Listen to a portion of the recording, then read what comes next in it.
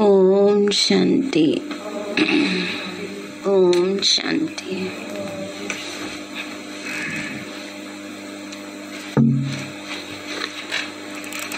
आज प्यारे बाबा के 5 तारीख के महावाक्य हैं। आज बाबा ने हम बच्चों को विशेष अपनी चेकिंग करने के ऊपर अटेंशन दिलाया है। और फिर कई बार चेक कर लेते हैं, अच्छा बाबा हमारे अंदर ये कमी है, लेकिन उसको चेंज नहीं करते। तो जब चेंज नहीं करते हैं तो वो कमी हावी हो जाती है। इसलिए बाबा कहते हैं साथ साथ उसको चेंज करने का भी पुरुषार्थ करो। तो बाबा बोले, मीठे बच्चे समझदार बन, अपना पोता मेल देखो। कोई कर्मेंद्रियां धोखा तो नहीं देती। सारे दिन में कोई भूल हो तो अपने आप को सजा दो। बाबा कहते हैं सारे दिन में अगर कोई भूल हो तो अपने आप को सजा दो। प्रश्न है, बाप से सच्चा व्यापार करने व ऊंचा पद पाने का आधार क्या है? बाबा बोले, बाप से सच्चा व्यापार करना है तो बाप के हर डायरेक्शन पर चलो। बाबा कहते, बच्चे यदि ऊंचा पद पाना है तो अंदर में जो भी बुरी आदतें हैं वह निकाल दो। कुदृष्टि, क्रोध आदि से बहुत नुकसान होता है। इसलिए कर्म, अकर्म, विकर्म की गुह्य गति जो बाप ने समझाई है उसे बुद्धि में रखो। ना बाबा ने कहा कुदृष्टि, क्रोध, ये सब बुराइयों से क्या होता है? नुकसान ही होता है, कमियों से। इसलिए बाबा कहते हैं बाबा ने जो कर्मों की गुह्य गति समझाई है उसको बुद्धि में रखो। ओम शांति। बच्चे आत्म अभिमानी होकर बैठे हो? पूछ रहे हैं बाबा। अपने को आत्मा समझ के बैठे हो? हर एक बात अपने आप से पूछनी होती है। बाबा युक्ति बताते हैं कि अपने आप से पूछो कि हम आत्म अभिमानी होकर बैठे हैं, बाप को याद कर रहे हैं। तुम्हारी यह सेना है, उस सेना में सिर्फ जवान होते हैं। तुम्हारी इस सेना में बूढ़े, जवान, बच्चे आदि सब हैं। बाबा ने कहा उस सेना में सिर्फ जवान होते हैं, इस सेना में बूढ़े, बच्चे, जवान सब हैं। 80-90 वर्ष के बूढ़े भी हैं। बाबा ने कहा इस सेना में 80-90 वर्ष के बूढ़े भी हैं। हमारी दादी जी कितने वर्ष के दिन? 104 साल के। अभी जो प्रेजेंट में है वो भी 97 इयर्स ओल्ड है ना, 97 वर्ष की है। बाबा ने कहा यह सेना है माया पर जीत पाने के लिए। हर एक को माया पर जीत पाकर बाप से बेहद का वर्षा लेना है।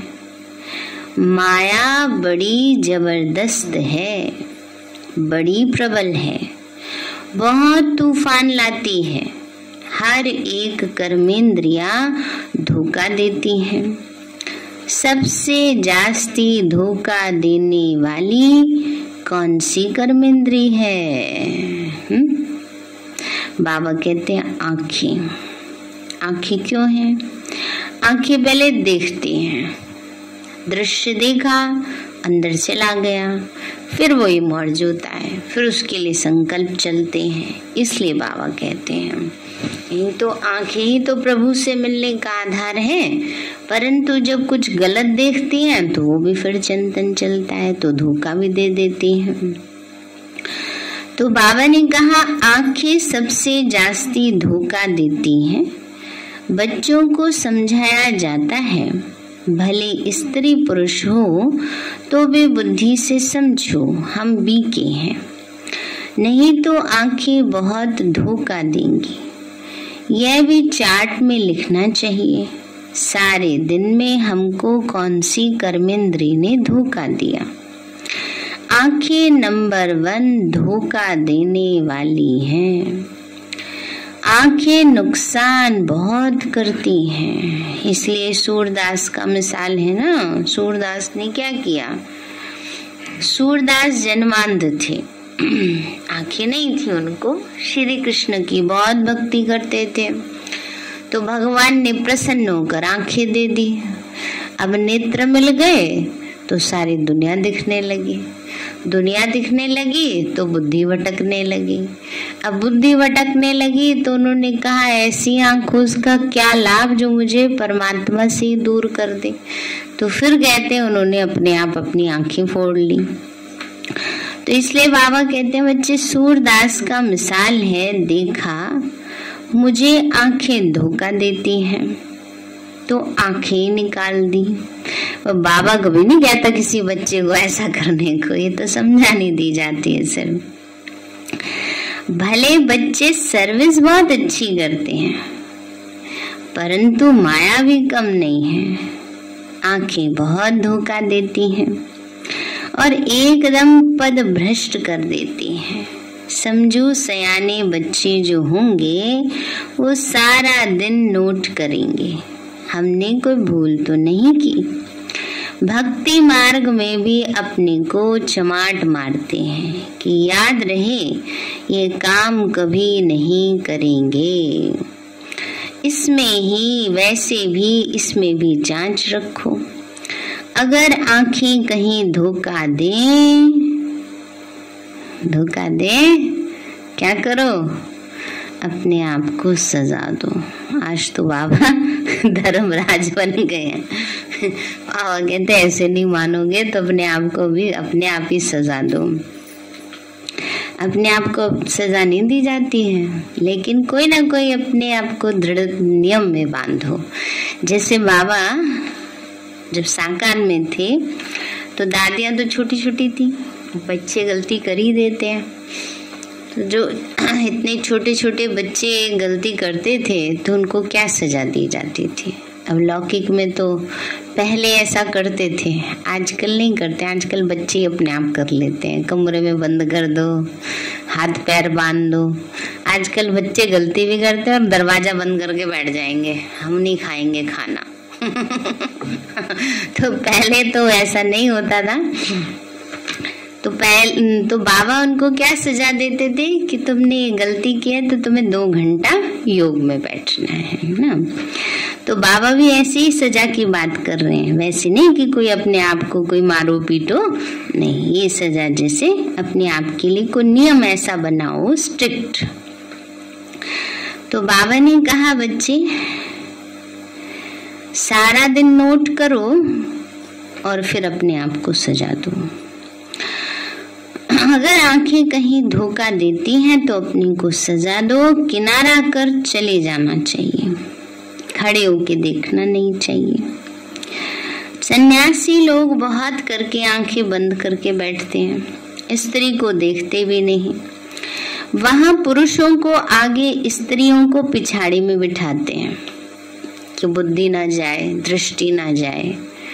लेकिन आजकल तो दृष्टि को कुदृष्टि बनाने वाले साधन चारों तरफ ही हैं। कभी कभी किसी के मन में आ जाता है फोन खोलो, उसमें क्या है, कई बार ना चाहते हुए भी ऐसे ऐसे उसमें एड्स आते रहते हैं। तो संकल्प नहीं चलना चाहिए अंदर ना, इतना दृष्टि उपराम हो के देखते हुए भी जैसे देखा नहीं है ना, संकल्प मात्र में अंदर नहीं आए। तो बाबा कहते हैं बच्चे यहाँ तो तुम बच्चों को मेहनत करनी है, विश्व का राज्य पाना कोई मासी का घर नहीं है। अभी तुम बच्चे हो संगम युग पर। बाबा कहते हैं संगम के साथ साथ पुरुषोत्तम अक्षर जरूर लिखो, जो किसी को भी समझाने में सहज हो। पुरुषोत्तम संगम युग, जबकि तुम मनुष्य से देवता बनते हो। गायन है ना, मनुष्य से देवता की करत न लागी वार। कौन से मनुष्य? कलयुगी। सतयुग में तो है ही देवी देवता, उनको थोड़े बनाएंगे। कलयुगी मनुष्यों को इस समय ज्ञान देकर पावन बनाते, देवी देवता बनाते। देवताएं तो रहते हैं सतयुग में, तो कलयुगी मनुष्यों को देवता, नरकवासियों को स्वर्गवासी बनाने के लिए ही बाप आते हैं। यह भी तुम अभी ही जानते हो। मनुष्य तो घोर अंधियारे में पड़े हैं। बहुत हैं जो कभी स्वर्ग को देख भी नहीं सकेंगे। बाबा ने कहा ऐसे भी हैं जो स्वर्ग को देख भी नहीं सकेंगे। बाबा कहते तुम्हारा यह धर्म सुख देने वाला है। भले गाते हैं हेवनली गॉड फादर, परंतु उसमें हेवन की स्थापना की ये नहीं जानते। और धर्म वाले भी कहते हैं हेवनली गॉड फादर, परंतु उन्हों को ये मालूम नहीं है कि हेवन में हमारा पार्ट नहीं है। क्रिश्चियन लोग खुद कहते हैं पैराडाइज था। इन देवी देवताओं को गॉड गॉडेजेस भी कहते, परंतु ये नहीं समझते तो जरूर गॉड ने उन्हों को गॉड गॉडेजेस बनाया होगा। तुमको बाप अब ऐसा बना रहे हैं। बाबा ने कहा बस पूजा कर लेते हैं, नहीं ये देवी है, ये देवी है, बनी कैसे ये पता ही नहीं है। तो तुमको मेहनत भी करनी चाहिए।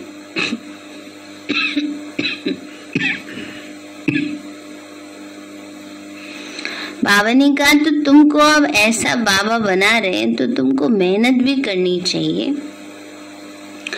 अपने से रोज पूछो मुझे कौन सी कर्म इंद्री धोखा देती है। पूछते चेकिंग करते रोज? नहीं करते। 2 दिन से देखो बाबा बहुत स्ट्रिक्टली बोल रहे हैं। कल भी बाबा ने कहा था अपने आप को देखो, चेक करो, कोई कर्म इंद्री धोखा तो नहीं देती। बाबा ने कहा बच्चे रोज पूछो। सबसे ज्यादा आंखें पहला नंबर, दूसरा नंबर ये जवान, ये भी धोखा दे जाती है ना, बोलने में भी और खाने पीने में भी। पता है चीज नुकसान करेगी, फिर भी क्या करते हैं, कोई बात नहीं, थोड़ा सा खा लेने से कौन सा कुछ नुकसान हो रहा है। इसलिए बाबा कहते हैं बच्चे जबान भी कम नहीं है। अच्छी चीज देखेंगे तो दिल होगी ये खाऊं। आगे तुम बच्चों की कचहरी होती थी। रात को मम्मा बाबा बैठते थे और सबसे पूछते थे किसी ने कोई गलती की हो तो बताओ। अच्छा किसी ने किसी को गलती करते देखा हो वो भी बताओ, उसमें भी डरना नहीं कि हम इसकी बता देंगे तो ये कभी हमारी ना बता दे। नहीं, उस समय ऐसे कोई नहीं डरता था। भूल बताते थे। शिव बाबा के यज्ञ से कोई चीज चोरी करना बड़ा खराब है, परंतु माया नाक से बहुतों को पकड़ती है। पावनी का बाबा का महायज्ञ है। कई सोचते हैं मधुबन जा रहे, इतनी चीजें पड़ी हैं, कोई नहीं हम 2-4 एक्स्ट्रा ले लेते हैं। नहीं, कर्म का हिसाब किताब बनता है। जितनी आवश्यकता है वो लेने के लिए बाबा मना नहीं करते हैं ना, लेकिन एक्स्ट्रा अगर वो करते हैं हम तो उससे क्या हो जाते हैं, हिसाब किताब बन जाते हैं ना। इसलिए इन सब चीजों का ध्यान रखना चाहिए। हम महायज्ञ में हमें अर्पण करना है, यह लेने की भावना रखनी है ना, इसलिए ये भी हमें थोड़ा अटेंशन देना चाहिए है ना। कोई चीज है, खाना है, थाली भर के पहले ले लिया, खाया जा नहीं रहा, वेस्ट किया, खाते में जाएगा ना। चाय भी ऐसी करते हैं, कई गिलास भर के ले लेते हैं, बाबा के घर में मिल रही आराम से, पी जा नहीं रही, अरे टेस्ट तो अच्छा था ही नहीं है। हाँ दोबारा ले लो, बाबा ने मना नहीं किया। बाबा के घर में खाने पीने की चीजों की कोई मना नहीं है ना, प्राप्तियों की जो आवश्यकता है उनकी कोई मना नहीं, पर वेस्ट करते हैं तो उससे हिसाब किताब बनता है ना। कोई चीज कई बार हमारे से भी हो जाता है ना कई बार आ गया ऐसे खाना ले आए, हमसे खाया नहीं गया, रास्ते में ले आए ना, वो बचता है, वो वेस्ट जाता है, तो हमारा हिसाब बनता है। तो इन सब चीजों का भी ध्यान रखना होता है। तो बाबा कहते हैं बच्चे ये बात बहुत खराब है, माया नाक से बहुतों को पकड़ती है। तो बाबा कहते बच्चे बुरी आदतें जो हैं वो निकालनी चाहिए, नहीं तो ऊंचा पद पा नहीं सकेंगे।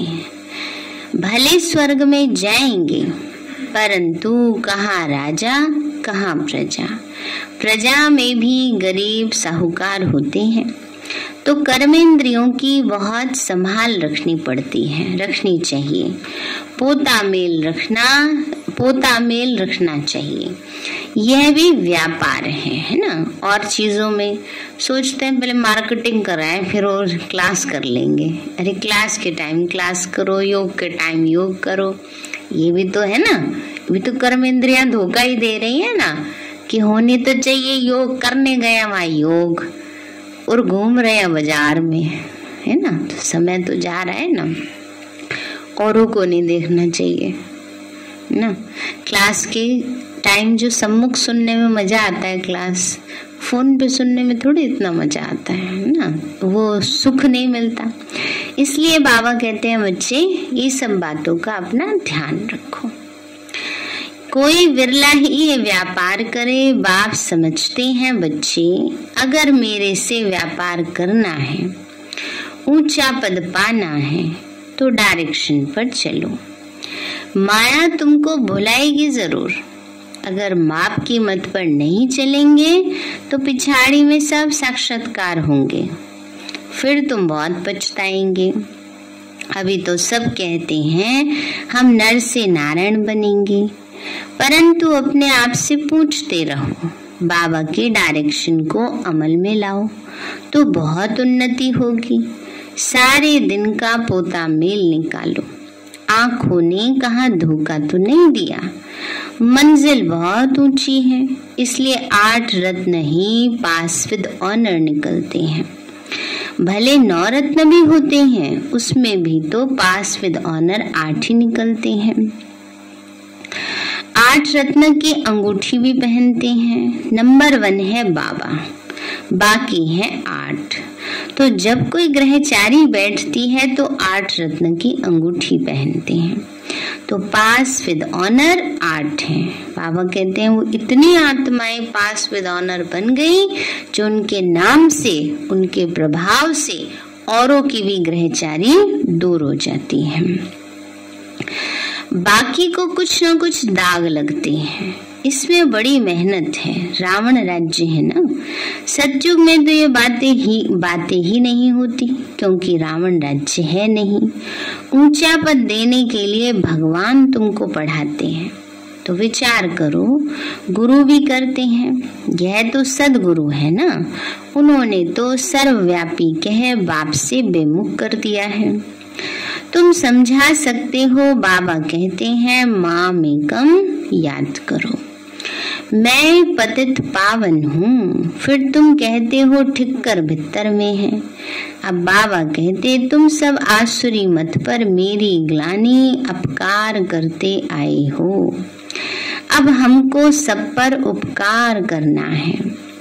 तुम बच्चों में को दृष्टि क्रोध आदि कुछ भी नहीं होना चाहिए, अपना ही नुकसान करते हैं। कुदृष्टि होती है तो भी तो उसका वाइब्रेशन आता है ना, दूसरे को भी कशिश होती है। बाबा तो घड़ी घड़ी बच्चों का ध्यान खिंचवाते हैं।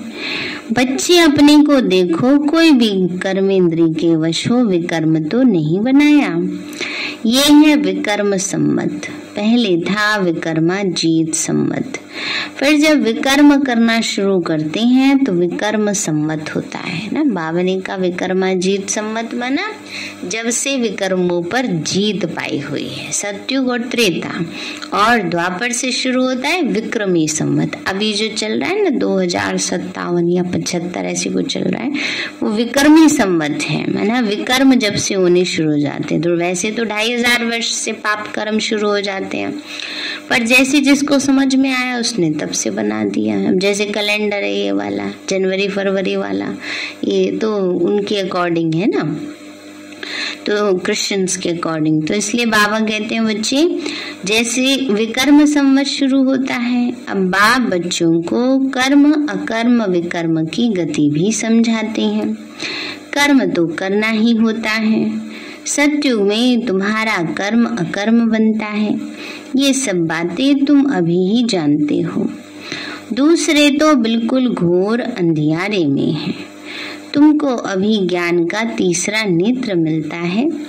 त्रिनेत्री त्रिकालदर्शी बनाने वाला एक ही बाप है।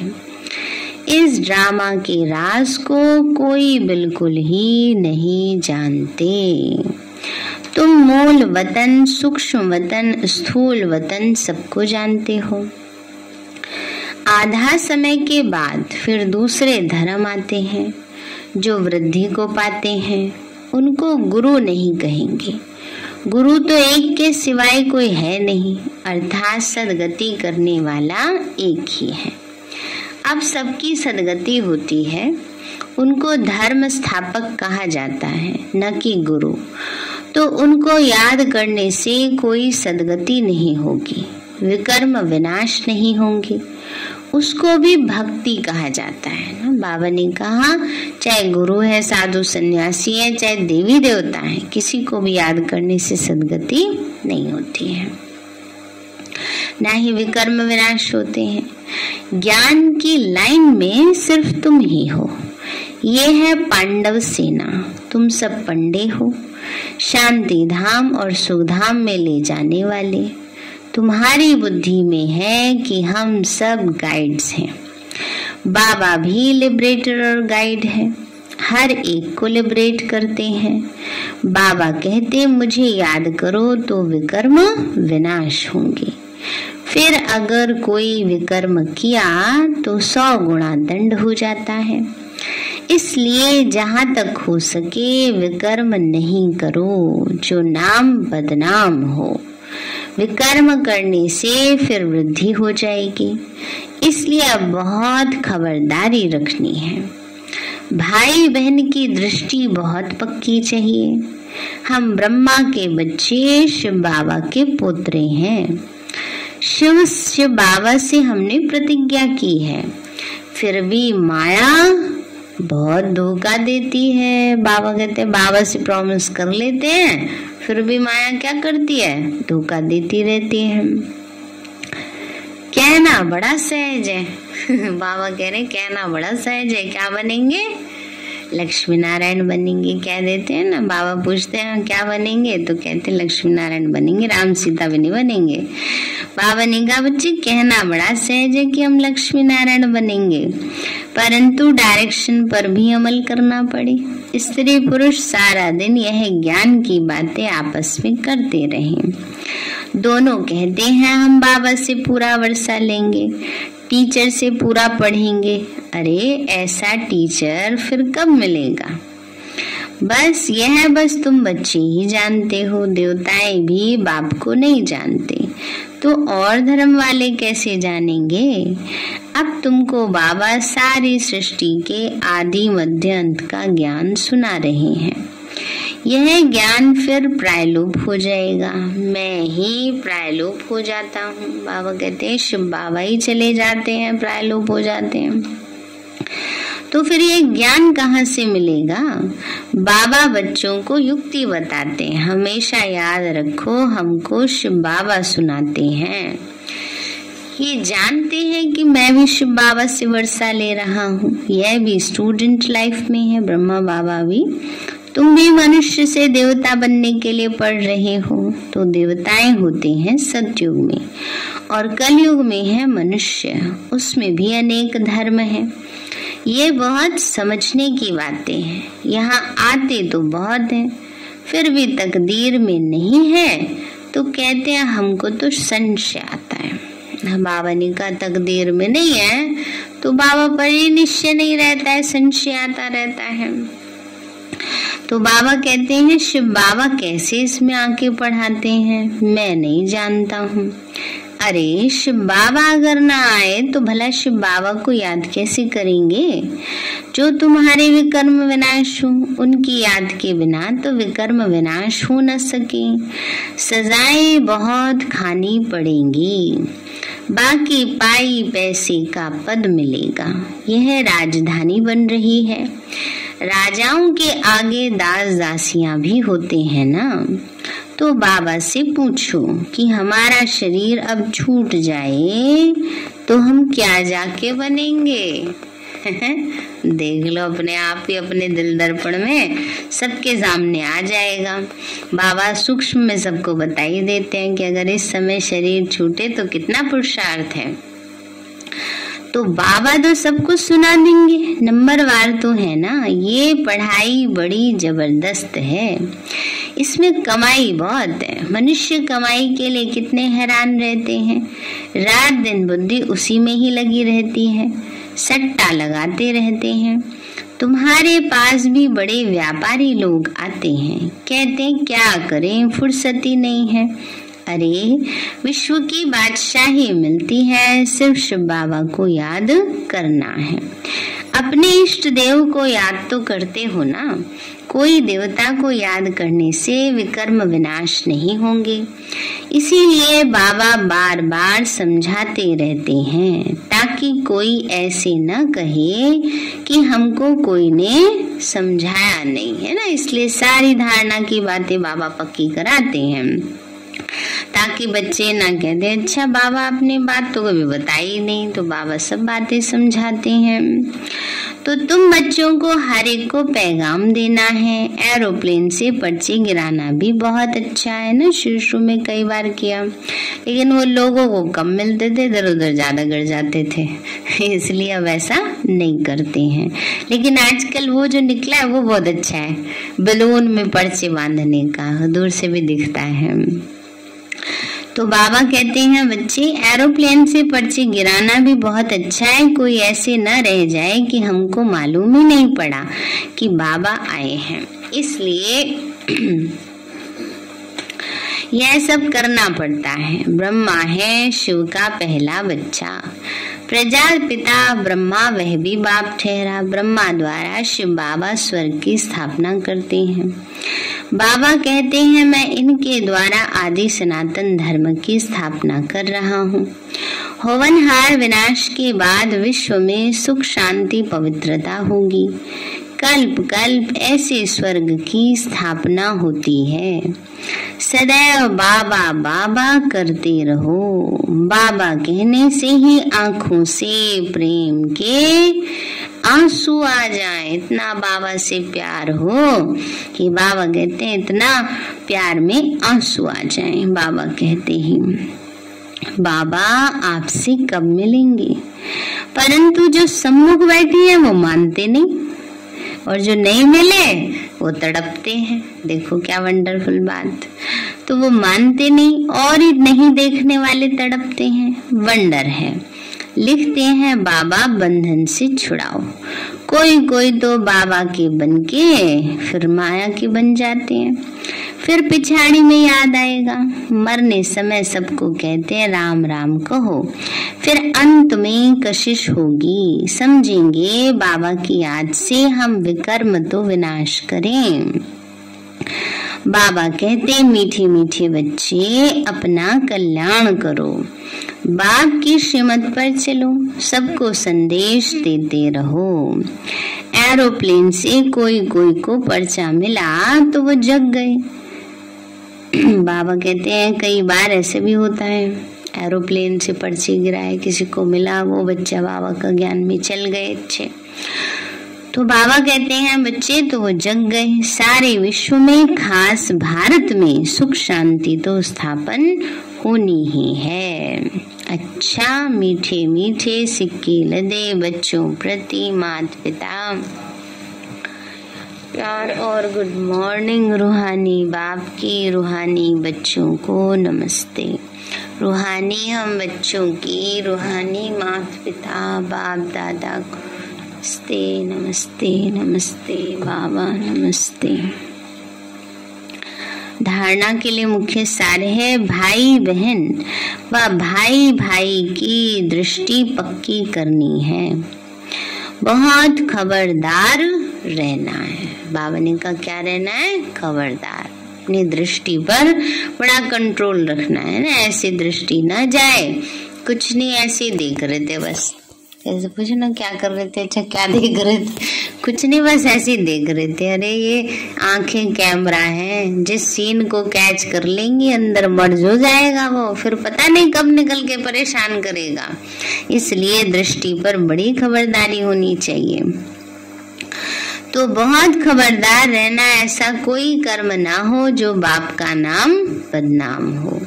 दूसरा है बाप में कभी भी संशय नहीं लाना है, प्रेम से बाप को याद करना है, रात दिन पढ़ाई पर ध्यान देकर कमाई जमा करनी है। वरदान दिया बाबा ने, सदा विजय की स्मृति से हर्षित रहने वाले, सर्व को खुशी दिलाने वाले आकर्षण मूर्त भव। सदा विजय की स्मृति से हर्षित रहने और सर्व को खुशी दिलाने वाले आकर्षण मूर्त भव। बाबा बोले हम कल्प कल्प के विजयी आत्मा हैं, विजय का तिलक मस्तक पर सदा चमकता रहे तो यह विजय का तिलक औरों को भी खुशी दिलाएगा, क्योंकि विजयी आत्मा का चेहरा सदा ही हर्षित रहता है। हर्षित चेहरे को देखकर खुशी के पीछे स्वतः ही सब आकर्षित होते हैं। जब अंत में किसी के पास सुनने का समय नहीं होगा, तब आपका आकर्षण मूर्त हर्षित चेहरा ही अनेक आत्माओं की सेवा करेगा।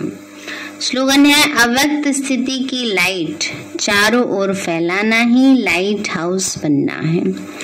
अव्यक्त स्थिति की लाइट चारों ओर फैलाना ही लाइट हाउस बनना है। सारे हैं मीठे बच्चे, समझदार बन अपना पोता मेल देखो। पोता मेल मना अकाउंट देखो। कोई कर्म इंद्रिया धोखा तो नहीं देती, सारे दिन में कोई भूल हो तो अपने आप को सजा दो।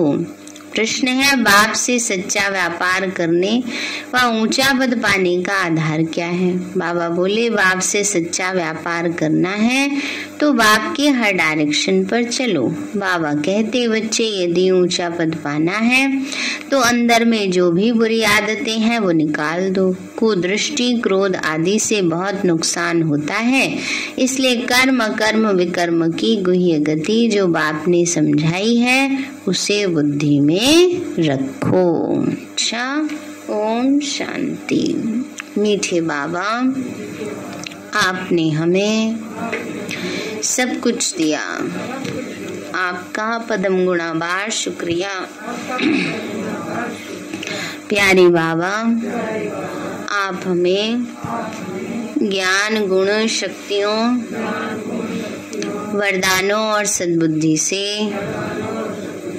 भरपूर करते हो, आपका बार बार शुक्रिया। मीठे बाबा, आपने मुझ आत्मा को, इस सेवा स्थान को, विश्व की सर्वात्माओं को निर्विघ्न बनाया, आपका बार बार शुक्रिया। प्रकृति के पांचों तत्वों का भी शुक्रिया, साइंस के साधनों का भी शुक्रिया, लौकिक अलौकिक परिवार का भी शुक्रिया। हे तन, तुम्हारा भी शुक्रिया। विश्व की सर्वात्माओं का और ब्रह्मांड की सारी शक्तियों का सब प्रकार का सहयोग देने के लिए शुक्रिया। मीठे बाबा, मुझ आत्मा ने जाने अनजाने में जिन भी आत्माओं को मनसा वाचा कर्मणा दुख दिया है, मैं उन सभी से क्षमा चाहती हूँ। मुझे क्षमादान दिलाओ। और जिन आत्माओं ने मुझे दुख दिया है, विघ्न रूप बने हैं, मैं उन सभी को दिल से क्षमा करती हूँ। सबका कल्याण हो, सबको सुख शांति सद्बुद्धि मिले और बाबा के सेंटर की सेवाएं खूब बढ़ती जाएं। शिव बाबा से सारी शक्तियां मुझ आत्मा में समा रही हैं, पूरे शरीर में फैल रही हैं, पूरे घर में फैल रही हैं, पूरे देश पूरी दुनिया में फैल रही हैं। सब प्रकार के वायरस नष्ट होते जा रहे हैं। मैं आत्मा परम धाम में चमकती हुई मणि हूँ। सतयुग में पावन देवताई शरीर में पहले नंबर जन्म में रॉयल फैमिली में हूँ। मैं अष्टभुजाधारी देवी दुर्गा हूँ। विघ्न विनाशक गणेश हूँ। मैं बाबा की छत्र छाया में पलने वाली सर्वश्रेष्ठ ब्राह्मण आत्मा हूँ। मैं फरिश्ता हूँ। मेरे साथ सब कुछ बहुत अच्छा होगा। मेरे साथ सब कुछ बहुत अच्छा होगा। मेरे साथ सब कुछ बहुत अच्छा होगा। मेरे साथ सब कुछ बहुत अच्छा होगा। वाह रे मैं, वाह मेरा श्रेष्ठ भाग्य, वाह बाबा।